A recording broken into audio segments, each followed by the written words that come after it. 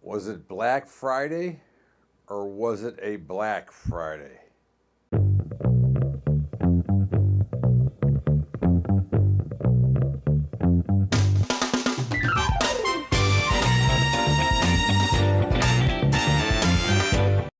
What's up, everybody? Welcome aboard to Bubba's Bottom Line, and always great to share some time with you. And happy Thanksgiving weekend to everybody. Hope you had a great weekend enjoying football and whatever it is that you did over the weekend. If you went shopping on Black Friday, I hope you had a great time, and of course, I hope you enjoyed yourself.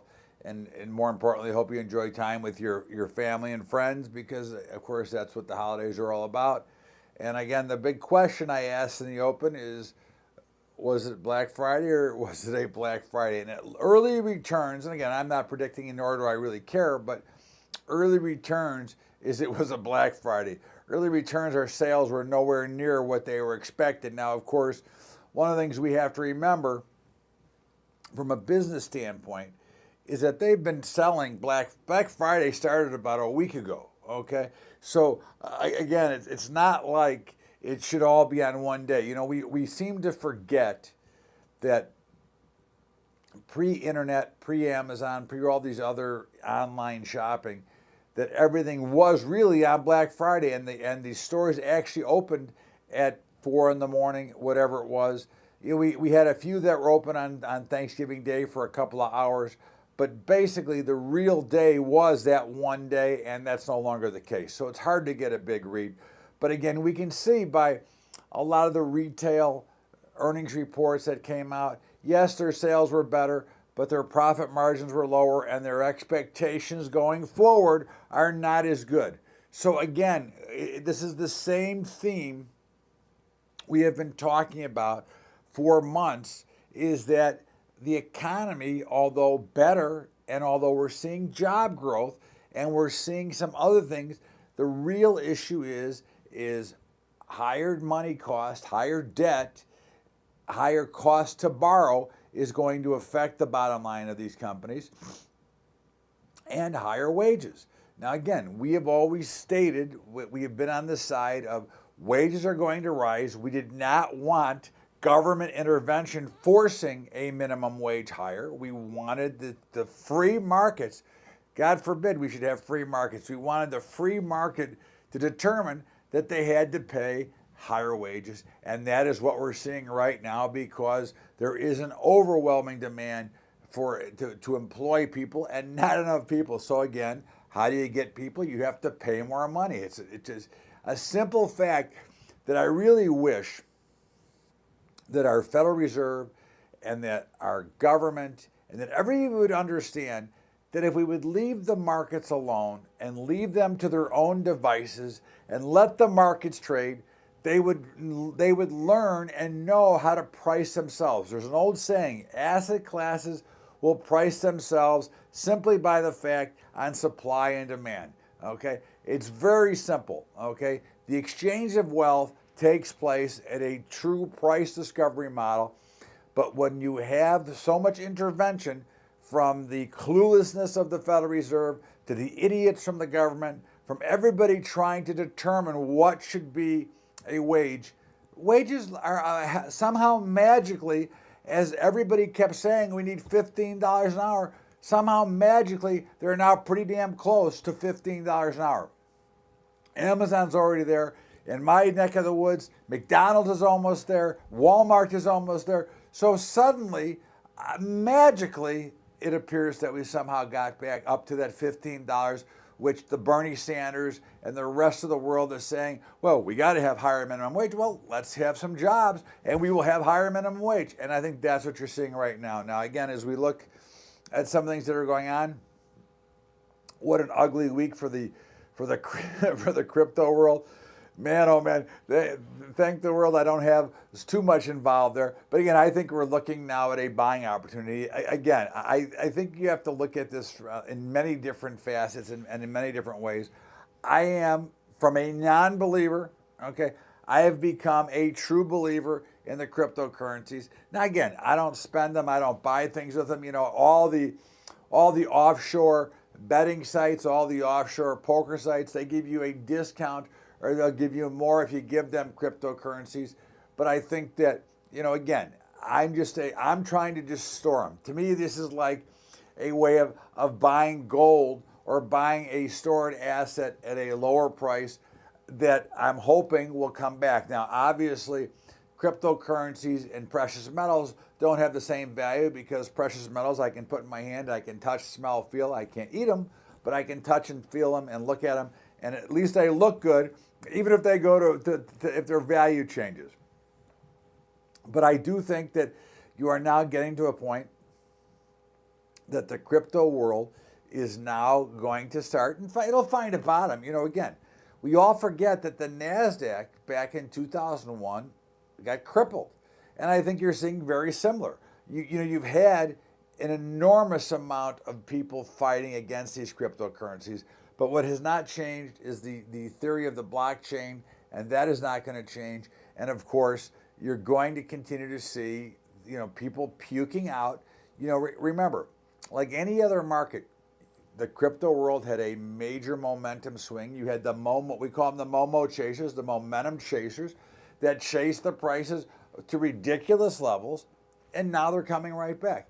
And of course, first we thought, and we watched, we had the 6,000 level as a level that we continued to hold for a while and thought that they were strong there. They broke, and then we looked at 5,000, but we did warn once they got through 5,200 on the downside. We're using the Bitcoin, that's the easiest to use for an example, that there was some danger. So now they've broken 4,000. Okay. Now again, I'm not telling you, and please do not take this as a message to run out and buy them in bulk.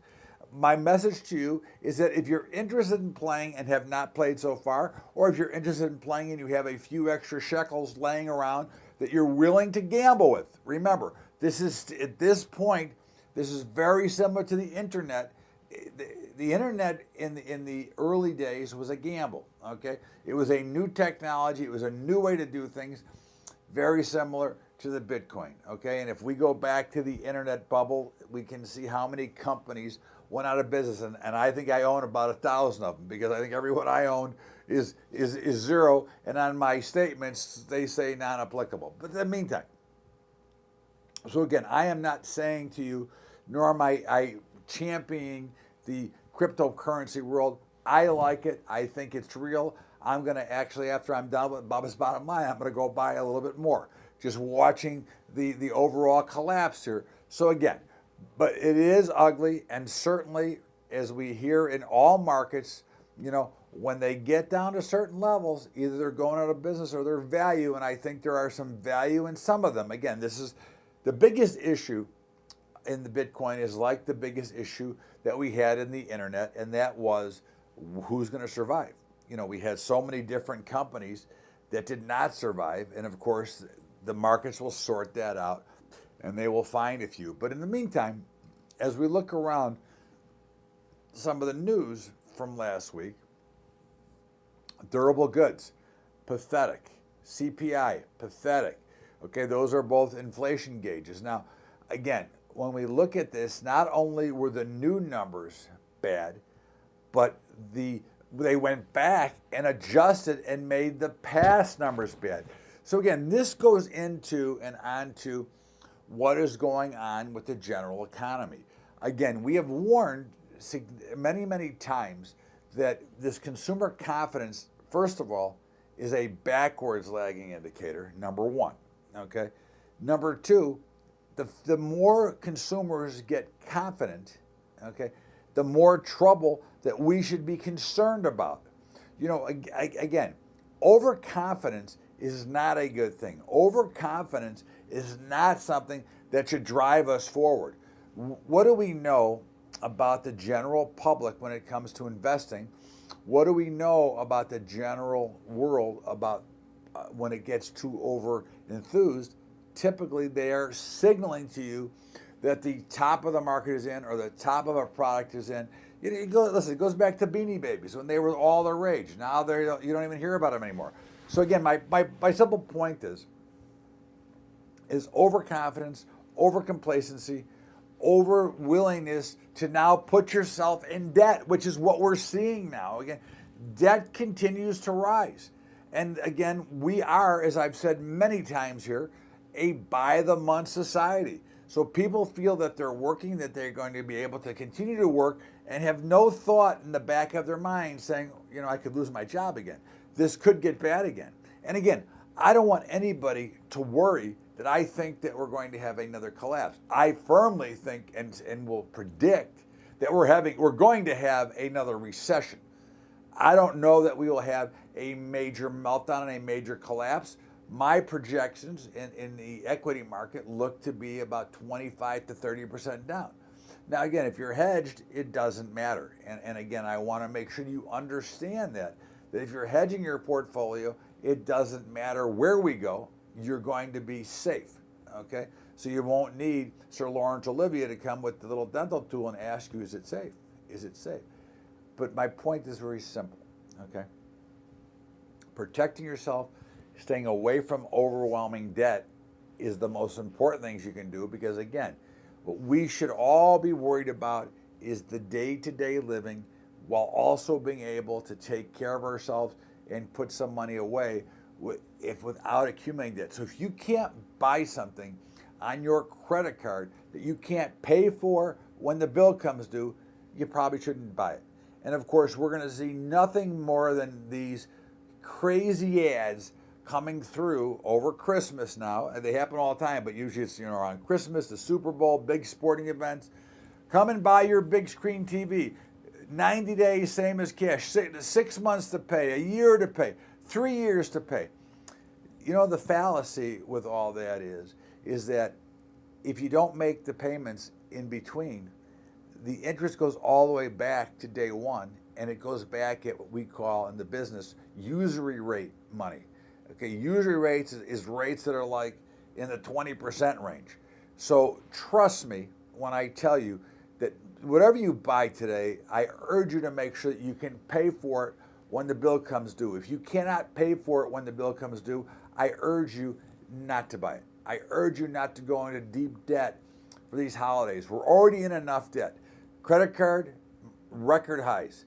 Margin debt, record highs. Auto loans, record highs.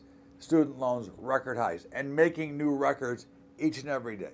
So I think that you have to continue to watch yourself and not put yourself in a position where you're going to make yourself miserable and you're going to have to pay off this. And of course, you're going to be paying off with dollars that are going to cost you more. And I think that's one of the things that is very important for us to understand. And I want you to understand it, because I don't want to see my friends and the people that watch me get themselves in deep trouble when the bills come due.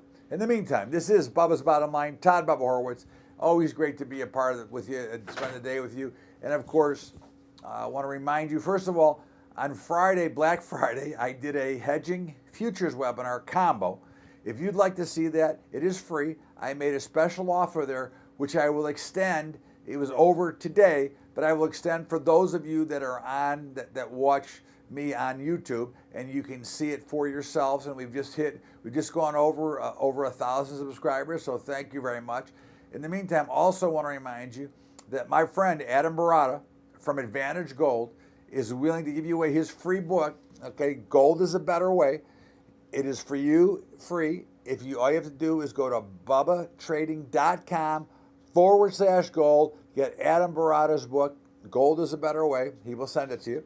And of course, want to remind you about our high school investing program, okay, which is, we're trying to continue to make this happen, and it looks like it looks like it may not make it. We're kind of on a respirator. But if you'd like to help us, you can go to Patreon, patreon.com/Bubba Trading. That's patreon.com/Bubba Trading. In the meantime, let's get back to Bubba's Bottom Line. Welcome back to Bubba's Bottom Line. Todd Bubba Horwitz with you. And of course, last week we felt, and we stated on Bubba's Bottom Line last week, that we expected a lower week. We expected the markets to sell off. Now, I did not expect, okay, again, in full disclosure, I did not expect to see a disaster, and I would say last week's selling was pretty much of a disaster. It looks to me that everything's breaking down. Now, you close the week with the Dow, S&P at very key levels. Either they should bounce from here or they could collapse. You've got the Russell and the NASDAQ, which are in really big trouble to begin with. So you've got some things to worry about. Now, again, in the equities, we do expect a Santa Claus rally. Again, I think one of the things you have to remember about markets and about trading versus long-term and the economy is very simple. The markets are a little bit oversold. There should be we'll call it the Santa Claus bounce, because it does, even in 2008, we saw the Santa Claus bounce. So again, I would not expect this time to be different. I expect to see the Santa Claus bounce, and it could be a little bit more powerful because of how much we've seen so much selling into it. So we could see, this would be a rally that we would be looking to sell, the old rip your face off rally, because again, this is the type of action after you have some dramatic selling, and volume was fairly heavy for a holiday week. It wasn't heavy for normal trade, but it was basically just bang, bang, and they just kept bearing them. And of course, even the close on Friday on that short holiday day was really ugly. But again, so we would look for a rally. Okay, and that's what I'd be looking for. Now, longer term, again, as I said earlier, I'm looking for a 25 to 30% haircut in the market over the next, let's say, year or whatever, 18 months. Again, I think the highs are in for a long period of time here now. I think we go significantly lower, and again, I think we go into a recession. So we'll see how that plays out. Again, I'm not like the Fed. I'm not going to wait until 10 years later and tell you that this was a recession. I'm telling you now, I think we're going into a recession. I think things do not look as good, and that's because of obviously the debt and the costs and so on and so forth. In the meantime, oil smash. It was just 7 or 8, it was just about 10 weeks ago. We had to puke out, and we're able to get back in, not with as big a position as we got puked out with, but we're able to get back in, and now oil has fallen 30%, which is we predicted. We thought that oil would get to under $50. Well, right now it's at 50. Okay, and now I think we get to 48, which was our next target. Now again, don't be surprised if oil gets a big bounce this week. And when I say a big bounce, a 10% bounce would be nothing to think about. 54 to 55, I'll be selling it there, but I would not be surprised to see it there. And I think that, again, these are the things that you have to understand about how markets function and about how markets work and the price discovery model. And again, we talk about short covering rallies. We're seeing such a dramatic sale. I think oil is now down 8 weeks in a row or 10 weeks in a row, whatever the number it is, but it continues to get hammered. And it was amazing Friday, as a matter of fact. I wanted to sell more at like the 52 and change level. And I said, you know what? There's no reason to get involved. There's more likely going to be a bounce. And bang, selling. But what was more interesting is at the end of the day, it really got hammered for even more, I think, when the markets were almost closed. So again, I think it's something that we want to watch. I am not a buyer under any circumstances, except maybe for a possible trade, a short trade. I'm looking for rallies to sell. I think that's the right way to go. I've had a lot of inquiries about gold. As you know, I do write for Kitco. And of course, I've been fairly positive on gold, and gold has done basically what I've written almost every day. I mean, not to the T every single day. But again, I think gold looks great. As long as gold stays above 1,200, I'm looking for places to buy it. I think it has a lot of room to go on the upside. And I think that a lot of the suppression you've seen, because people are concerned about the strong dollar. And again, personally, I think the dollar can go a lot higher, and gold will continue to go higher with it. We seem to forget that when the dollar was down at 88, now at 96, almost 97, there wasn't that much of a variation in price of any of the commodities that are dollar denominated. So I would say to you that I think gold is still going a lot higher. And again, if you truly believe gold is a potential currency, if you truly believe all that, then there would be no reason not to be stepping into gold at these levels. Could it go lower? 100%. Now, this is where you have to make the decision. If you invest in gold, you are not buying gold for tomorrow, okay? You are not buying gold for a quick pop. You are buying gold because you believe in the hard asset and you want something that has stored value that you can put in your safe, you can have somebody store it for you, whatever it is. So you should not really care whether it's 12.20, 12.10, whatever. If you're trading, then of course we want to be careful and watch those levels. So you have to make the decision on what you are and who you are and how you're trying to handle it. Interesting enough, we had the bond markets push a little bit higher. 10 years, the rates are coming down again. Now this is more, again, we talk about the flight to quality and we talk about the Fed.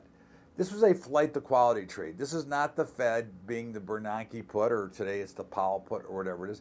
This is a flight to quality where you can see there is some fear on the street. There's a lot of things going on around the globe that do not look very good. And I love the fact that everybody keeps saying, well, America, we're the cleanest shirt in the dirty laundry. It's the only place for money to go. Well, what about when people don't have money? Okay, does that come into play? Do I want to make a bad investment because it's the best of all the bad investments? That is why you're seeing some flow into treasury bonds. That is also one of the things you're seeing that makes the dollar stronger, because at the end of the day, the dollar is also a safe haven play in the scheme of markets to begin with as well. So again, you keep that in mind as we're going on, and that's why you're seeing a lot of the flush in the cryptocurrencies, which we talked about earlier. Now you've got the grain markets. They were a little bit soft, but I think if you take a good solid look at grains, corn is on great support, and I expect to see a big rally. Wheat is on great support, and we keep thinking that it's going to make a huge move one way or the other, and it keeps breaking to the downside, but it keeps holding. So again, think about that. Soybeans have been in a very narrow range.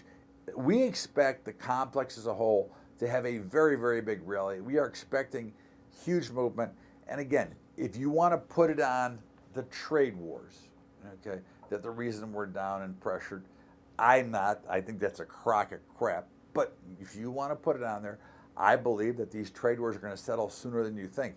I think this week, as a matter of fact, when Trump and Xi sit down, I think you'll hear some positive news out of there. And if you believe that, if that's your theory, then there's no better time to buy grains other than that as well. So I'm buying them regardless. I could care less what they do, because what do I know? Take a look at the Chinese economy. It's collapsing. You don't think they're going to need our product? And either way, they're going to buy our grains, whether they buy them through Argentina, whether they buy them through Brazil, whoever they buy them from, they're buying them from us, okay? Because we are the main supplier. So again, we can take that walk in. And again, I don't see the major effect and the tariffs other than the fact that the companies take advantage of these tariffs to raise their prices. This is no different than Starbucks raising coffee because coffee is going up. It doesn't affect them, and that huge profit margin, they never have to raise prices, but they want to screw the American public. Okay, all of them. And again, there's nobody who's immune to this. They all love to raise prices as fast as they can. I remember when cotton was going crazy a number of years ago. Oh, gene prices went up fast. Well, they never came down. So again, you can take that with a grain of salt. I believe that it's a crock. That's, again, opinion. But, so the meats also look very solid. Now, the meats look great. They have held up extremely well, held every support level we were looking for. Hogs have broken out. In fact, somebody asked me last week, and I said, well, I think December hogs probably peaked at about 60, which is about where they are. I think that February hogs have a chance to continue to explode forward, and they're really up. They're really doing nicely. So again, I think the agricultural space, I think the commodity space is a place where we want to start to put some of our dough, because I think at the end of it, that's where money's going to flow. Alternative money, as the equities fall apart, which I think they will, money will flow, in my opinion, into the grains and ags. In the meantime, just a couple of quick notes before we get to my commentary. Homeowner stuff is getting creamed. Again, we can't see the thing, and of course, this is what we talked about when rates go up, and this is why you don't have the free market. Higher rates, lower home prices. That doesn't look good. But I thought one of the biggest stories of the week is Patrick Burns from Overstock.com. That's the stock has really been getting hammered. It got down to, I think, in the 17s last week. Closed the week at about 22. But Overstock.com selling all that stuff. And of course, he was one of the first into the crypto world. Well, he is now selling off, which is what he wanted to do, I think, earlier, is selling off his retail business and wants to totally be in the blockchain and the crypto space, which I think he's right. I think he's a very smart guy. He was one of the first in, and of course, when the cryptos were much higher, that's why his stock was up at 80, and when they weakened, that's why it's now down at 20. But I think he's on the right track, and he's on the right idea. In the meantime, we'll see how everything looks when it comes back. We're going to step out here for a break. Bubba's Bottom Line, and we'll be back with, of course, my commentary after the break. This is Bubba's Bottom Line. We'll be right back.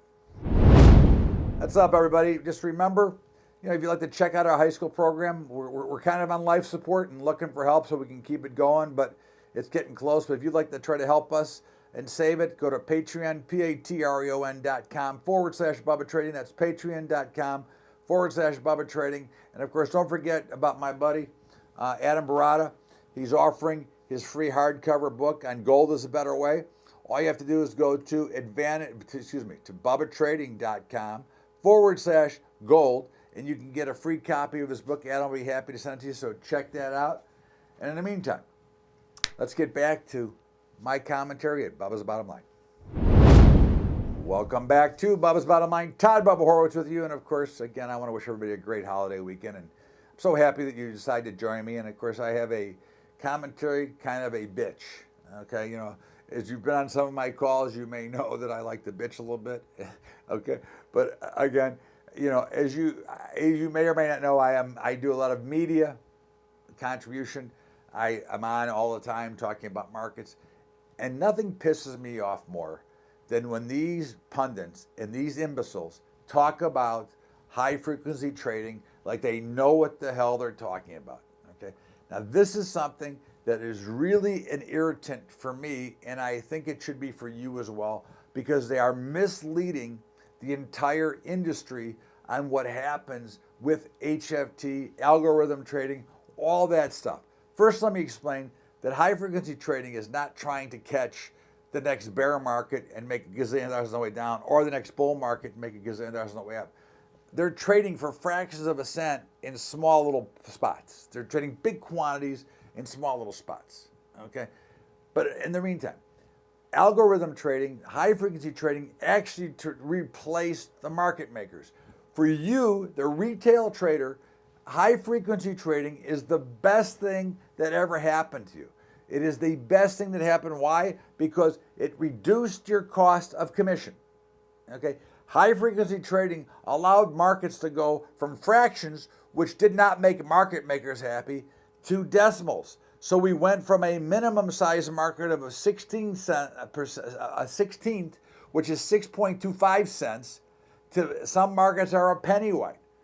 So that takes that's benefit to who? The public. Okay, Michael Lewis, who wrote his book, and that jackass who opened up that exchange, saying that, well, the big firms lost all this money. That's again a bunch of crap. It does not happen that way. So now you've got markets that are much more narrow, which means that you and me, the retail trader, the public trader, can now buy and be very competitive with those that are trading for a living on the floors or that are making markets throughout these electronic exchanges.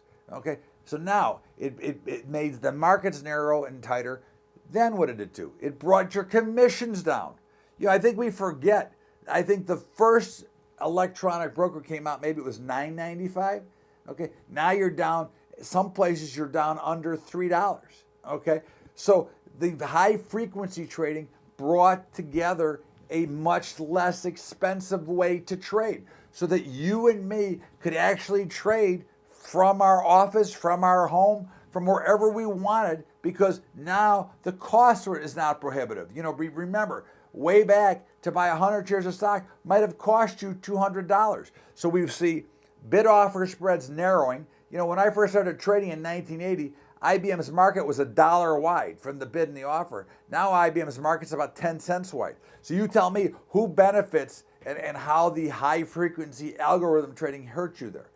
But the biggest point of this is everybody wants to, nobody said that when high frequency trading, when the market was going straight up, you didn't hear a complaint about high frequency trading. Does the high frequency traders or the algorithms only work when the markets go down?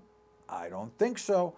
Okay, so again, now the reason that you get these huge down moves, when the markets go down is not because of the algorithms, not because of the high frequency trading, but because everybody like you and me and all of us all have a way to execute. You know, we don't have to call our broker anymore to get that execution. We don't have to wait for the whole cycle to take place. We can execute instantaneously.